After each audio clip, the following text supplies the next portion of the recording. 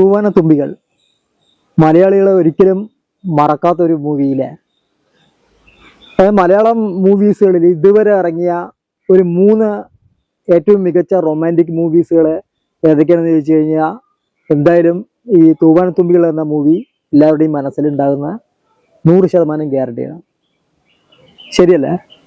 ഒരു 10 തവണയെങ്കിലും ഈ മൂവി കണ്ട ആളുകളുണ്ടാവും. ഇപ്പോൾ 1890 കിഡ്സുകളാണ് പറഞ്ഞാൽ ഏകദേശ കണക്കാ പറഞ്ഞ കേട്ടോ, ഒരു 10 പ്രാവശ്യമെങ്കിലും ഈ മൂവി കണ്ടിട്ടുണ്ടാവും. പിന്നെ 2Kക്ക് ശേഷമുള്ള ആളുകൾ അതിനേക്കാൾ.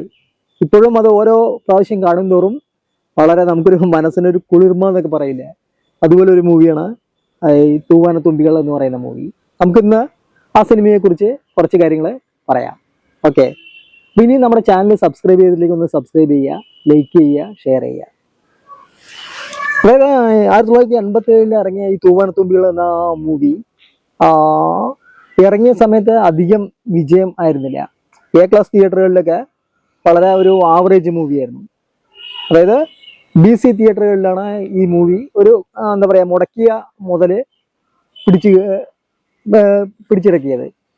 അതായത് അതിന് കുറച്ച് റീസൺ ഉണ്ട്. ഒന്നാമത് ഇതിന്റെ സെൻസർ സർട്ടിഫിക്കറ്റ് എന്ന് പറയുന്നത് ഒരു A സർട്ടിഫിക്കറ്റ് ആയിരുന്നു.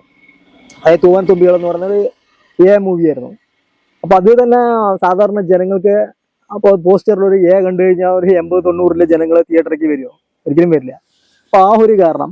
പിന്നെ അതിന് തൊട്ട് മുമ്പ് ഒരാഴ്ച മുമ്പാണ് മമ്മൂട്ടിയുടെ സൂപ്പർ ഹിറ്റ് മൂവി ന്യൂഡൽഹി പറഞ്ഞ സിനിമ ഇറങ്ങിയത്.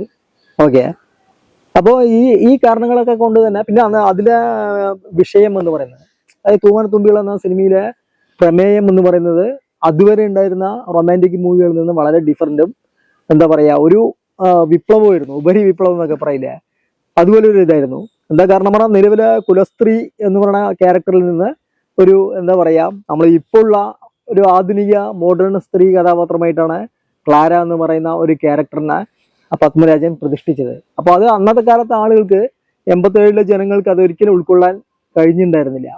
പിന്നീടാണ് ആ മൂവി എന്ന് പറയുന്നത് 2000-ന് ശേഷമാണ്, പിന്നീട് സോഷ്യൽ മീഡിയയൊക്കെ വന്നതിന് ശേഷം യൂട്യൂബൊക്കെ എത്തിയതിന് ശേഷമാണ് ഈ മൂവി കണ്ട് ആളുകൾ കൂടുതൽ അത് ഏറ്റവും വലിയ ഒരു കൾട്ട് റൊമാൻറ്റിക് മൂവിയായിട്ട് പരിഗണിച്ചിട്ടുണ്ടായിരുന്നത്. പടം ഇറങ്ങിയ സമയത്ത് ഇതൊരു ആവറേജ് മൂവിയായിരുന്നു. ജനങ്ങൾ കുറച്ച് ഇതുണ്ടായിരുന്നു.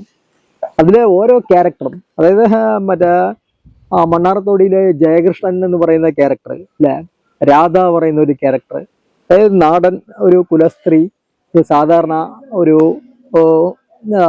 സ്ത്രീ കഥാപാത്രമാണ് അതിൽ മറ്റേ പാർവതി അഭിനയിച്ച രാധ എന്ന് പറയുന്ന ക്യാരക്ടർ.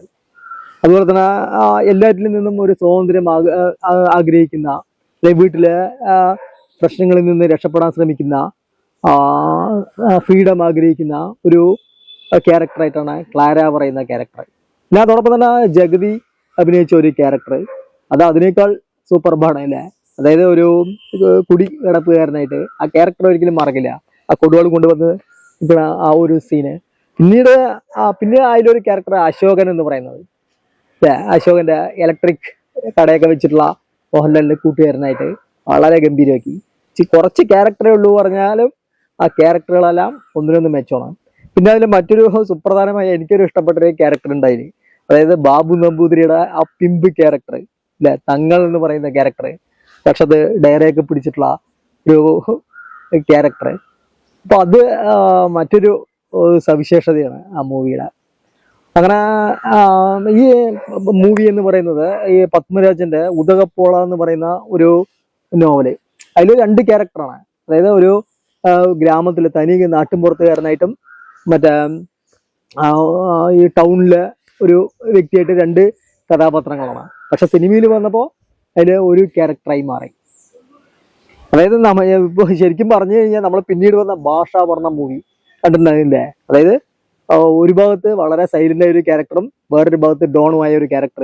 ശരിക്കും സത്യം പറഞ്ഞു കഴിഞ്ഞാൽ എൻ്റെ അഭിപ്രായത്തില് അതിന്റെ കണ്ടന്റ് എന്ന് പറയുന്നത് തൂവാനത്തുമ്പിയിലെ ജയകൃഷ്ണൻ പറഞ്ഞ ക്യാരക്ടറാണ്. ശരിയല്ല, ആരും അധികം ശ്രദ്ധിക്കാത്ത ഒരു ക്യാരക്ടറാണ്. അതായത് ഭാഷ പറഞ്ഞ സിനിമയിൽ ഇനി എന്താ കാണിക്കുന്നത്, ഒരു നാട്ടിൻപുറത്ത് സാധാരണ ഒരു ഓട്ടോക്കാരൻ, പിന്നീട് ഒരു ഫ്ലാഷ് ബാക്ക് ബോംബെയിലെ ഡോൺ എന്ന് പറയുന്നത് അല്ലേ. അതേപോലെ തന്നെയാണ് ജയകൃഷ്ണൻ പറഞ്ഞ ക്യാരക്ടർ. നാട്ടിൻപുറത്ത് ഗ്രാമത്ത് അറിയപ്പെടാതെ ആ ഒരു കൃഷിയും മറ്റേ തെങ്ങും എല്ലാം കൂടിയിട്ടുള്ള ഒരു ക്യാരക്ടർ ഇതാവും. പക്ഷെ പിന്നീട് ഇതായിട്ട് മാറുകയും ചെയ്യും. അങ്ങനെയുള്ള ഒരു ക്യാരക്ടറാണ് ടൗണിൽ ഒരു വലിയ ഡോണ് പോലെ അല്ല എല്ലാം ഇതാക്കുന്ന ഒരു ക്യാരക്ടർ. അതേ സംഭവം തന്നെയാണ് ഈ പണി അറിയുന്ന ആളുകളുടെ പണി കൊടുത്തു കഴിഞ്ഞാൽ എങ്ങനെയാണ് പതുക്കെ ആ ഒരു ത്രെഡ് അങ്ങോട്ട് എടുത്തിട്ട് ഭാഷ ഇറക്കിയാണെന്ന് എനിക്ക് തോന്നുന്നത്. ശരിയല്ല? അപ്പോൾ ഈ ജയകൃഷ്ണനും മറ്റേ ക്ലാര പറഞ്ഞ ഒരു ക്യാരക്ടർ അതിൽ വരുന്നുണ്ട് അല്ലേ? രാധ എന്ന് പറയുന്ന ജയകൃഷ്ണൻ എന്ന് പറയുന്ന ക്യാരക്ടറിലെ 2 സ്ത്രീ കഥാപാത്രങ്ങൾ വരുന്നതും അതിൽ എന്താ പറയുക പെട്ടെന്ന് തന്നെ സംഭവിക്കുന്ന മറ്റു കാര്യങ്ങളും മനുഷ്യന്റെ മനസ്സുകളുടെ നിഗൂഢതകളൊക്കെയാണ് ഈ പടത്തിൽ അനാവരണം ചെയ്യുന്നത്. പിന്നെ അതിൽ മറ്റൊരു ക്യാരക്ടർ എന്ന് പറയുന്നത് മഴ എന്ന് പറയുന്ന ഒരു ക്യാരക്ടർ. മഴ എന്ന് പറയുന്നത് വളരെയേറെ സ്വാധീനം ചെലുത്തുന്ന ഒരു ഇതാണ് ഈ തൂവനത്തുമ്പികൾ എന്ന് പറഞ്ഞ സിനിമയിൽ. അതായത് മഴ എന്ന് പറയുന്നത് വലിയൊരു ക്യാരക്ടറാണ്. അതായത് ക്ലാരയെ കുറിച്ച് ഓർക്കുന്ന സമയത്തൊക്കെ ഈ മഴ എന്ന് പറയുന്നത് വളരെയേറെ വന്നുകൊണ്ടിരിക്കുന്നുണ്ട്. വളരെ റൊമാൻറ്റിക് ആയിട്ടുള്ള ജയകൃഷ്ണൻ ആദ്യം അവളെ ലെറ്റർ എഴുതുന്ന സമയത്ത് മഴത്തുള്ളികളും പിന്നെ മോഹൻലാലിന്റെ ആ തൃശ്ശൂർ ഭാഷയും എല്ലാം കൂടി അതൊരു വേറൊരു തലത്തിൽ എത്തിച്ചേർന്നു. പിന്നെ ക്ലാരയെ കുറിച്ച് പിന്നീട് ഒരുപാട് പേര്, ഒരുപാട് ചിന്തകന്മാര്, ഒരുപാട് ബുദ്ധിജീവികള് ഒരുപാട് ക്രിട്ടിസൈസ് ചെയ്തിട്ടുണ്ട് ആ ക്യാരക്ടറിനെ കുറിച്ചിട്ട്. അന്നത്തെ കാലത്ത് ആ ക്യാരക്ടറിനെ കുറിച്ച് ഒരിക്കലും നമ്മള് എന്ത് ചെയ്യാൻ കഴിയില്ല, അതിനെ ഒരു പ്രിഡിക്റ്റ് ചെയ്യാൻ കഴിയില്ല എന്ന് പറഞ്ഞാൽ വളരെ ഒരു ഉപരിവിപ്ലവമായ ഒരു ക്യാരക്ടറാണ്. ഇപ്പോഴാണ് പറഞ്ഞാൽ അതൊരു ബോക്സ് ഓഫീസ് തരംഗമായി മാറി തന്നെ. ഇപ്പോഴാണ് ആ സിനിമ ഇറങ്ങിയിട്ടുണ്ടെങ്കിൽ പത്മരാജന്റെ തന്നെ സുഹൃത്തായ ഒരു കാരക്കൽ ഉണ്ണിമേനോന്റെ കഥയെ ആസ്പദമാക്കിയിട്ടാണ് അദ്ദേഹത്തിന്റെ ഒരു സുഹൃത്തിന്റെ കഥയായിട്ട് ആസ്പദമാക്കിയിട്ടാണ് അദ്ദേഹം ഈ മറ്റേ മണ്ണാർത്തോടിയിലെ ജയകൃഷ്ണൻ എന്ന് പറയുന്ന ക്യാരക്ടറിനെ അദ്ദേഹം ക്രിയേറ്റ് ചെയ്തിട്ടുണ്ടായിരുന്നു. അപ്പോൾ അതിൽ ഈ മനുഷ്യ മനസ്സുകളുടെ സങ്കീർണത അന്നത്തെ കാലത്ത് 87 ഇതുപോലെ ഒരു ക്യാരക്ടർ, ഒരു സ്ത്രീ ക്യാരക്ടറെ കൊണ്ടുവരികയാണെന്ന് പറഞ്ഞു കഴിഞ്ഞാൽ വളരെ ഇതാണ്. ഒരു ഭാഗത്ത് ഗ്രാമത്തിന്റെ നൈർമല്യത, വേറൊരു ഭാഗത്ത് മറ്റൊരു സ്ത്രീ കഥാപാത്രം. അതായത് വീട്ടില് വളരെയേറെ ഉപദ്രവങ്ങളും വീട്ടിലെ ഒരുപാട് പീഡനങ്ങളും ഏറ്റ ഒരു സ്ത്രീ കഥാപാത്രം.